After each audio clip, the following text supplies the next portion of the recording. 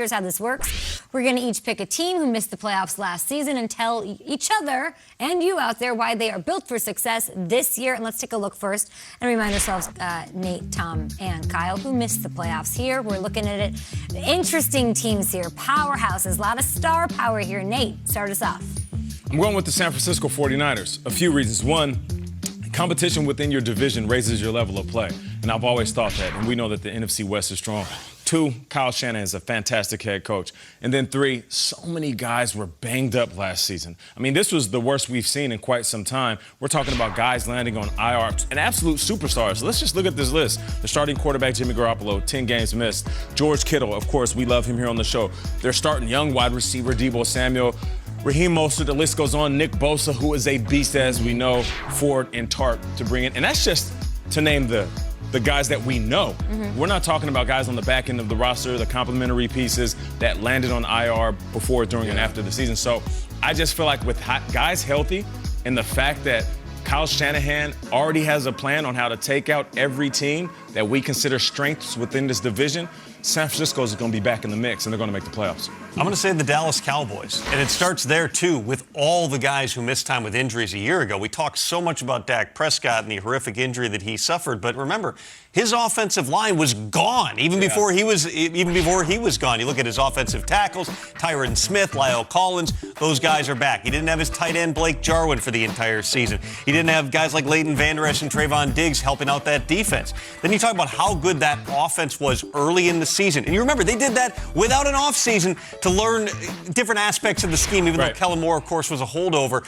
To not have that, now to actually have an offseason, to go through it, to still be playing in the NFC East, which, let's remember, your path goes through your division first. It just seems like Dallas is in a good position. If they can be competent on defense, Kyle, that they should be a playoff contender. That's the new word, competent. I go with decent, so that's fine. Competent, decent. Yeah, if they're decent on defense, I think they'll win the East. So the Niners, we've seen this before. The Dallas, we've seen this before. We've never seen this. The Patriots didn't make the playoffs last year. They did not. And why are they equipped to make the playoffs this year? Well, they have the greatest head coach in the history of team sports, right? And they went on a crazy spending spree. Here's how I come out on Belichick and the Patriots. Okay. Last year, I'll give you a burner year. It doesn't matter. Brady left, Cam got hurt, COVID, all that. Fine. You get a year. You got to make the playoffs this year. We've been hearing for the last 25 years that Belichick's the greatest coach of all time. Let's go to the playoffs. Now, Cam, I think he's going to start. What if Cam gets hurt? Because, guys, Cam gets hurt often.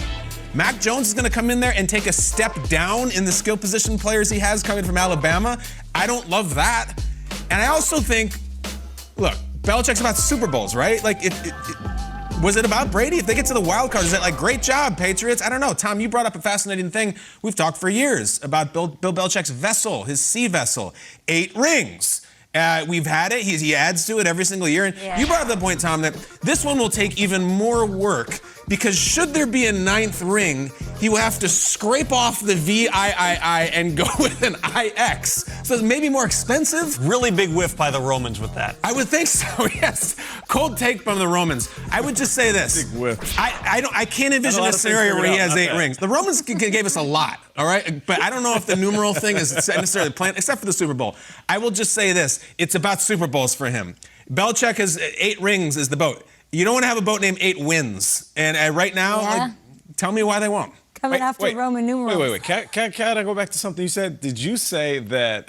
Whatever you said, yes, I did. If Mac Jones starts, he's taking a step down in skill players. So essentially you're saying that Alabama, their skill players are better than the Patriots skill players right now? Have you seen some of the guys that Mac Jones has played with? It's tough. They're all first-round guys. And listen, I love Jonnu Smith and Hunter Henry. Like, this is not Tony Gonzalez and Antonio Gates. Like, they're very good players. Like, but they are going to have to really prove some things. And Mac might be like, why are these receivers so slow? Like, why are these tight ends so small in the pros? What the hell is Relative to that? the speed of the defense and who they're going up against. All right, I'm going to go with the Arizona Cardinals. Gauntlet of a division. Super tough, not fun, of course. But I think Kyler Murray did some nice things if he wasn't injured against Seattle in that game on Thursday Night Football. I think he would have willed this team into the playoffs. He's got to limit the mistakes. I get it, but I like the improvements. They add some veteran power. They got J.J. Watt. They got A.J. Green. They drafted young talent, Zaven Collins.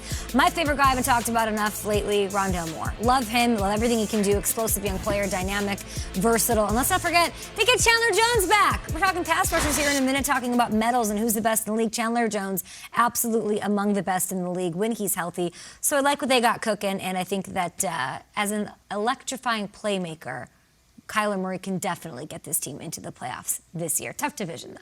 Can you do a quick victory lap on Rondale Moore? Because we do like Rondale Moore. Why? Tell the people. I mean, he was like our favorite draft guy. He was on the show. They steal our hearts when they come on the program and we interview them. And I just think he's going to be a beast, don't you? Especially Super strong, super explosive, diminutive. Like, he is Crazy an awesome athlete. looking player. So we're rooting for him. Cannot wait. Now,